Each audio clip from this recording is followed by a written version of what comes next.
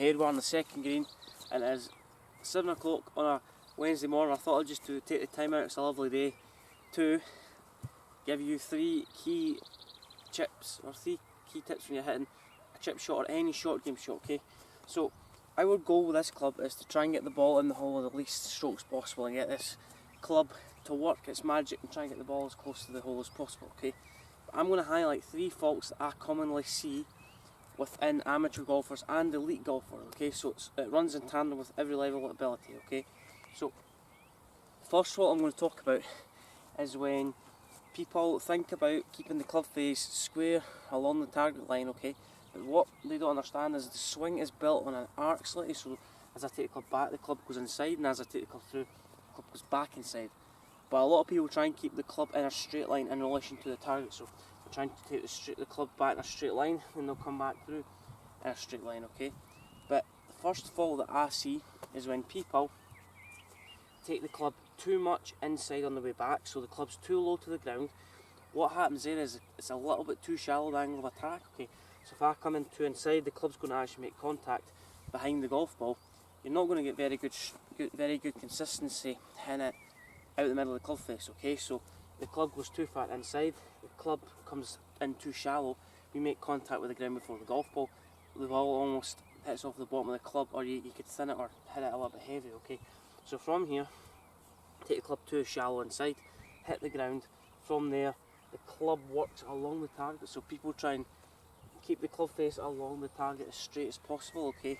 So they go inside, take the club too low, and then it's almost the same error on the way through, so take the club too far on the inside, and then they come back through, take it too far on the inside as well. Okay, that can create a lot of errors within the strike, okay? So they take the club back too low, then come in, and then they almost catch it a little bit clean, okay? So that's known as too shallow. When the club's too shallow, it's very hard to get to the bottom of the golf ball to make good contact, okay? So I've got a drill here that will help you work on, okay? It's called up, down and in. So if you think of a wall up the right hand side of me, a wall facing me, okay? So if I was to go up the wall, the club goes up the wall, okay? And as it goes back down, it comes down the wall, then in, okay? So up, down and then in. So think about that. So instead of going in, then in, I want you to feel like you go up, down and in. What that allows you to do is it allows you to steepen the angle of attack slightly, okay? And it will allow you to make better contact. So up, down and in instead of too shallow. So I'll hit a shot doing that. What you'll feel like is the pass going left, okay, so you feel like you can release the club properly. So instead of in to in, up, down and then in, okay? So feel like the hands travel left.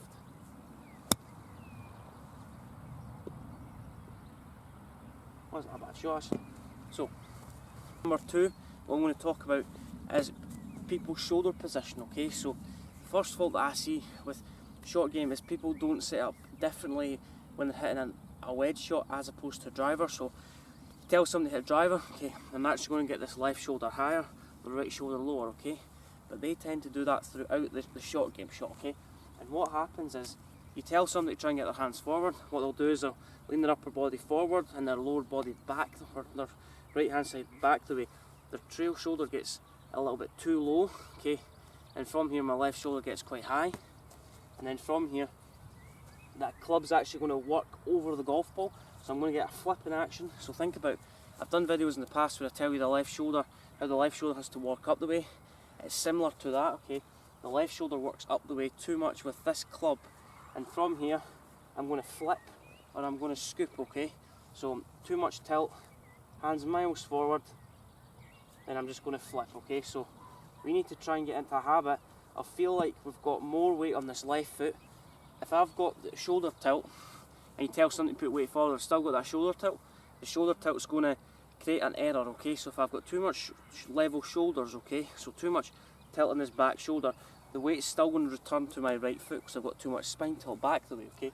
So you need to feel like, instead of being like this, so like this, you want to feel like you were more on top of the golf ball, okay? So if we're more on top of the golf ball, weight's positioned left, that'll allow us to return the weight back to the left foot, okay? So let's try that. Instead of back here, you want to feel, even when, feel like you walk through, okay? So feel like you walk through and the weight goes left, like this, okay? And as you come through, the weight continues to go left, okay? So too many golfers get the weight back and it stops, and that's where the club travels over the golf ball. The hands get too high early. So think about weight left and hands low on the way through. That'll allow you to keep this left shoulder down, so keep the left shoulder down.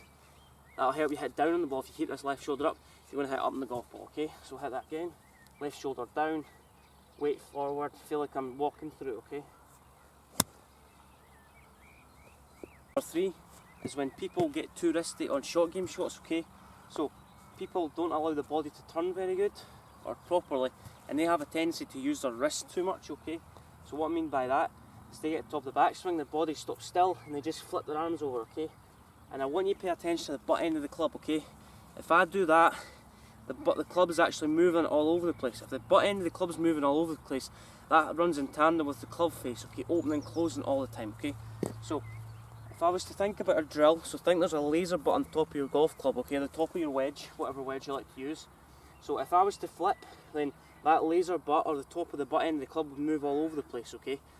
So we want to keep this butt end of the club nice and controlled, okay? So if I was to flip, that would move all over the place. So let's try and keep this laser butt or the top end of the club close to our chest, okay? So feel like we're turning through, feel like our body and our arms turn through at the same time, okay? On this flipping action, okay? So we don't want to do this, okay? What we want to do is allow the butt end of the club to turn through properly, okay? So I'll do this quickly. And feel like as you come through, the butt end goes back the way on the way through, and then but it's always remaining at the golf ball. And as you come through, it's turning again, okay? So butt end of the club, working with your body, almost in line with sternum, and just turn through it. Not the best strike in the world, but it's quite close. So if you've got any thoughts on that video, 3 tips that will help you eradicate those chipping woes. So if you find my tips helpful, subscribe to my channel at Jamie Allen Golf. If you've got any thoughts on the video, comment below and I'll get back to you as soon as possible. And if you like what you see, like my Instagram page at Jamie Allen Golf and Facebook page at Jamie Allen Golf. So 3 chipping faults that plague many golfers, okay? So what we talked about was level shoulders, flipping with the hands, and then that's basically it. Thank you.